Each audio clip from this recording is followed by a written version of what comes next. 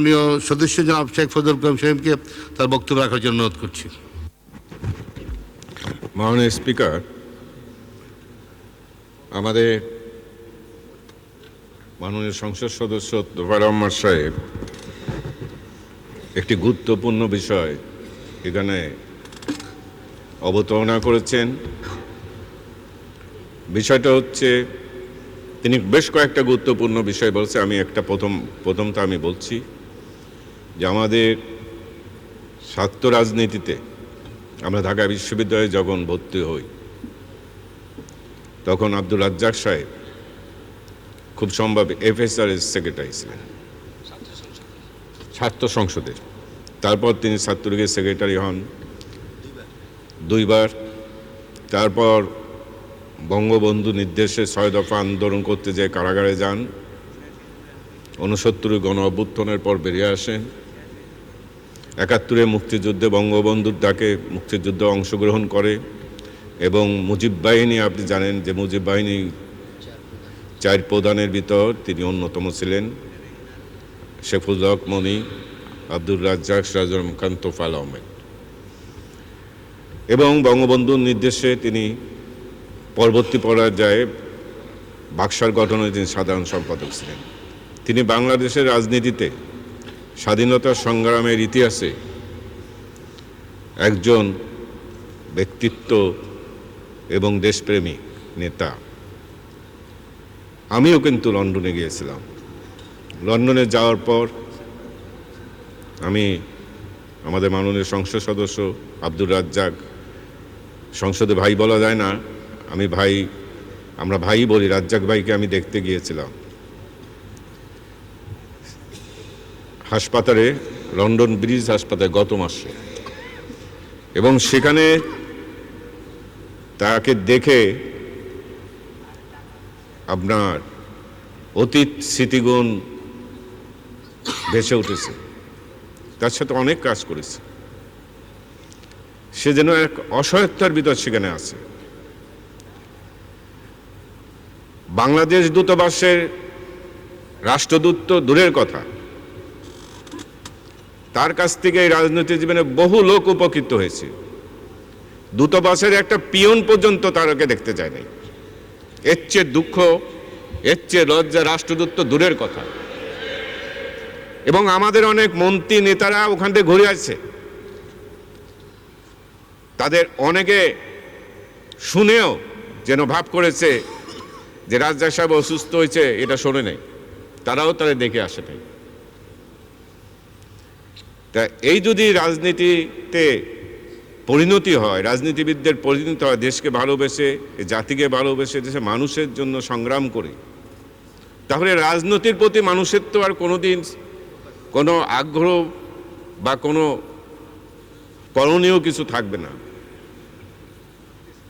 তাই তোফায়েল ভাই যেটা বললেন, আমরা এই ঘটনার ব্যাপারে খুবই মর্মাহত।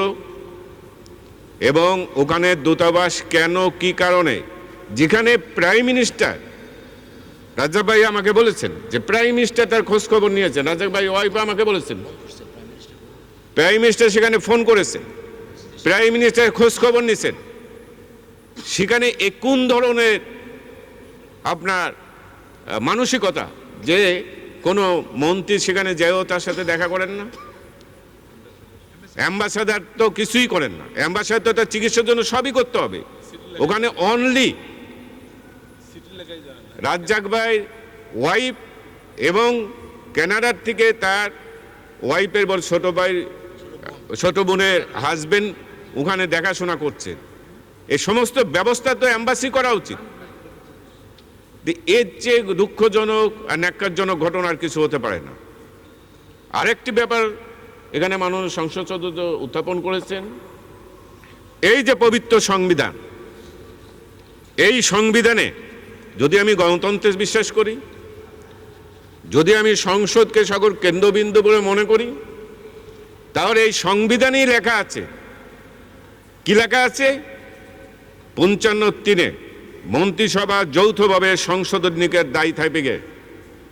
মন্ত্রিসভা যৌথভাবে সংসদের কাছে দায়বদ্ধ থাকবে। কোথায় মন্ত্রিসভা? 46 জন আর 47 জন মন্ত্রী, ওখানে একজন আধ্যাত্ম সাহেব আছেন, সামনের বেঞ্চে আমাদের অর্থমন্ত্রী আছেন, আর ওই যে আমাদের গৃহায়ন প্রতিমন্ত্রী আছেন, আর যোগাযোগ মন্ত্রী আবুল হোসেন সাহেব আছেন, আর প্রাইমারি আপনার ডাক্তার আমসার আমি আছেন, আর আমাদের শিক্ষা প্রতিমন্ত্রী আর আপনার এরা না ইয়াসিব হোসেন আছে, ছিল সে নাই, আপনার শিক্ষা প্রতিমন্ত্রী আর পানি প্রতিমন্ত্রী আছেন মাহবুব সাহেব। এই যদি অবস্থা হয় সংসদের, এখানে আমাদের সংসদ সদস্যদের বিভিন্ন সমস্যা এলাকা থাকে। কিছু সময় আমাদের মাননীয় সংসদে বাদল সাহেব বলেছেন, মাননীয় অর্থমন্ত্রী সঙ্গে সঙ্গে সেটা সমস্যার সমাধান করাবার জন্য দিয়েছেন, একটা আশ্বাস দিয়েছেন আগামী 25 তারিখে তিনি যেটা বলছেন। এখানে আজকে জনগণের কাছে যে আমরা কি বলবো,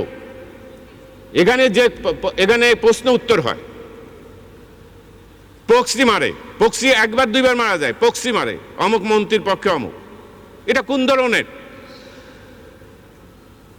সংসদের চেয়ে কোনো গুরুত্বপূর্ণ কাজ কোনো মন্ত্রীর বাইরে হতে পারে না। এই সংসদকে কার্যকর হলে প্রত্যেকটা মন্ত্রী তার আইটেম থাকুক আর না থাকুক সংসদে উপস্থিত থাকা উচিত। এবং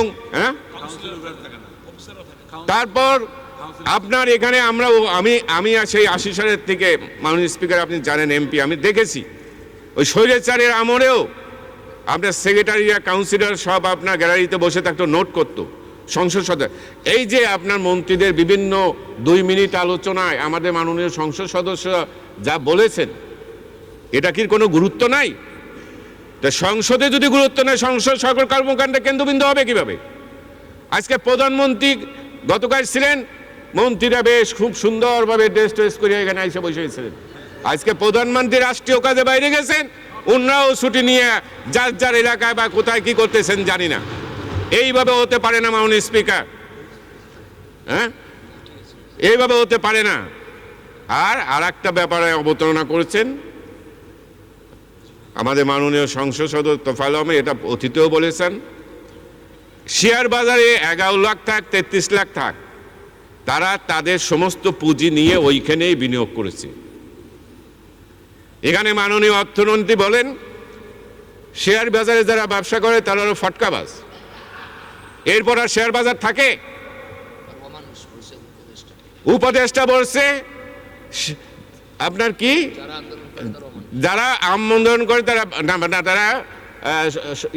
গুণী মানুষ নয়, অমানুষ। এটা কোনো কথা? মন্ত্রীর কথা, উপদেষ্টার কথা? আমরা তো অর্থমন্ত্রী ধরতে পারি এখানে, ওই উপদেষ্টা তো আমরা ধরতে পারি, তার তো জবাবদিহিতার কোনো কারণ নাই। আওয়ামী লীগ সরকার থেকে এদের চেহারাও খুঁজে পাওয়া যাবে না, এদের কোনো জবাবদিহিতা নাই। অথচ প্রত্যেকটা গুরুত্বপূর্ণ ব্যাপারে এরা কথা বলে। উপদেষ্টাদের সবসময় কথা বলা উচিত নয়। উপদেষ্টা they are the adviser of the prime minister, not the adviser of the government, not the adviser of the সংসদ, not the advisor of the whole country. They are the advisor of the prime minister. তারা prime মিনিস্টারকে advice করে দেশের ব্যাপারে, তাকে যদি কিছু করতে হয় তাই অ্যাডভাইস করবে প্রধানমন্ত্রীকে। এই ধরনের কথা বলে আমাদের গভর্নমেন্টকে একটা অকওয়ার্ড পজিশনে ফেলে দেওয়া হয়, অকওয়ার্ড পজিশনে ফেলে দেওয়া হয়। এই কোন ধরনের তামাশা চলছে? মাননীয় স্পিকার, এইভাবে চলতে পারে না। এ শুরু হওয়া উচিত। মন্ত্রীদের সংসদে থাকতে হবে, আপনি ব্যবস্থা গ্রহণ করুন।